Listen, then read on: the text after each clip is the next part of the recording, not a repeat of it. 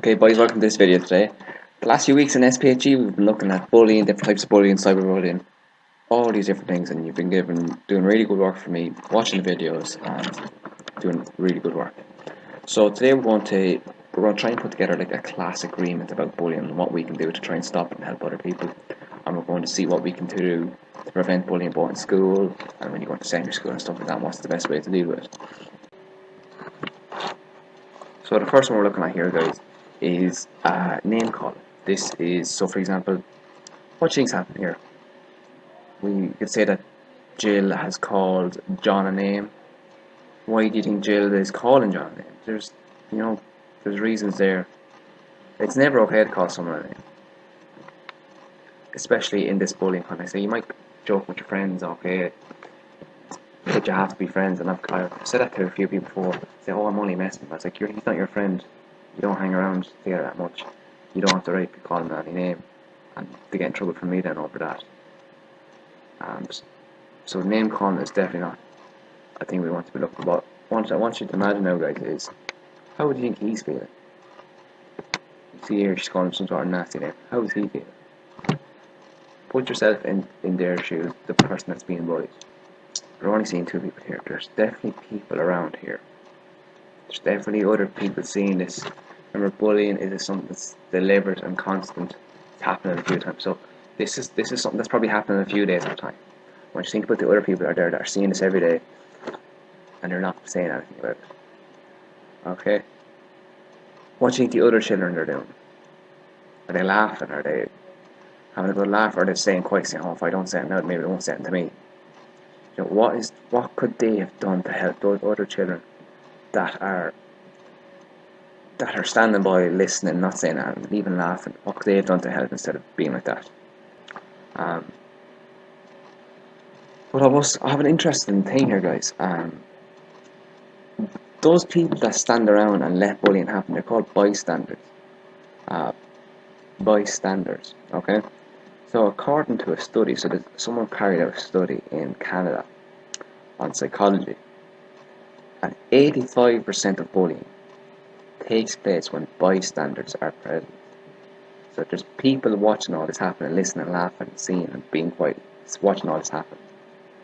And the same people who did that study found that nearly 60% of the time, bullying will stop in less than 10 seconds when peers, so that means when friends or bystanders say stop that, kind of move the attention away in some other way to stop the bullying. However, another study showed that bystanders made attempts to intervene less than 20% of the time. So only 20% of bystanders are trying to stop it. And those 20% that do stop it, or that do try, this succeeds 60% of the time in stopping the bullying. So there's a really good way of stopping bullying there, guys. If people that stand up for the people that are being bullied, and that doesn't mean you have to be friends with them or anything like that. You just have to say, "Look, that's wrong. You don't need to say it to them," or try to move the attention away in a different way, and say, "Look, come over here. Don't worry." Just say, "Guys, don't worry." Stuff like that you can do to try and stop bullying without maybe telling the teacher. But telling the teacher or telling that is the ultimate way to go to try and stop it, boys. Okay. So what we're going to do next, boys, is I'm going to show you a few pictures of bystanders. We're going to talk about what a bystander is and discuss what's happening in this picture here. So you can see this is the bullying happened. This is the bully. This is the person being bullied. And you see 1, 2, 3 people here, 3 bystanders. I want you to kind of decide what kind of bystanders they are. So there's 3 types really, 3 types of bystanders. The silent bystander says nothing. Why do you think that is? Why does the silent person say nothing? The biggest reason is it's the fear of being next. So I'm getting away with not being bullied here. I don't want to say it. I don't want to bring the attention on me. So who do you think is the silent person in this picture? So think about that. We have the bully helper. So how could a person be a helper to a bully? Think about that for a second. Well, one way it could be they could cheer on the bully. Say, "Oh, go on there, you're doing a great job." The other way it could be they laugh at behaviour. So anything the bully says or anything like that, they laugh at. Who do you think is the bully helper in this picture? I'm not sure now myself. Have a think about it. There's two people I think it could be. And then there's the good bystander. Okay, now I think I know who the good bystander is. What do you think a good bystander does? They tell the bully to stop, they walk away, and they tell an adult what has happened. Walk away, that's a really good one. Because often bullies do the kind of bullying for attention to try to get a laugh out of other people to make the bully feel bad about it. Bullies don't get a crowd. They don't see really enough. They don't see a reason to do it. So by you walking away, you're saying you're not giving the bully an attention.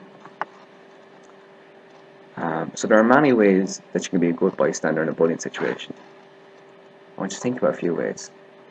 So the walking away, the telling someone, standing up for the person being bullied, or try to take the bully's attention away in some other way. They're good ways of stopping the bullying, guys. If you know someone else who is being bullied, you must tell them that. You need to. Keep telling them until it stops, like we said before. This is not telling or snitching or anything like that, guys. It's telling to be safe and to keep others safe in school. We've done that before, guys, with the human rights. Someone has the right to feel safe. By people bullying and stuff like that, they're denying people the right to be safe and to be happy. That's a human right.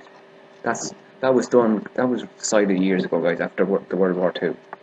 So by letting this kind of stuff happen, you're denying people human rights. So you really need to stop bullying. Tell people, get it stopped, okay? And guys, it's really good to be a good bystander, okay? What I'm going to do now, boys, is I'm going to give you a sheet. There's going to be a sheet attached to this. I want you to think about a class. If we were to sign a class agreement on bullying, what could we do? So, for example, these could be good ideas to write down. So, just going on the sheet, it says we will and we will not. So maybe think of three things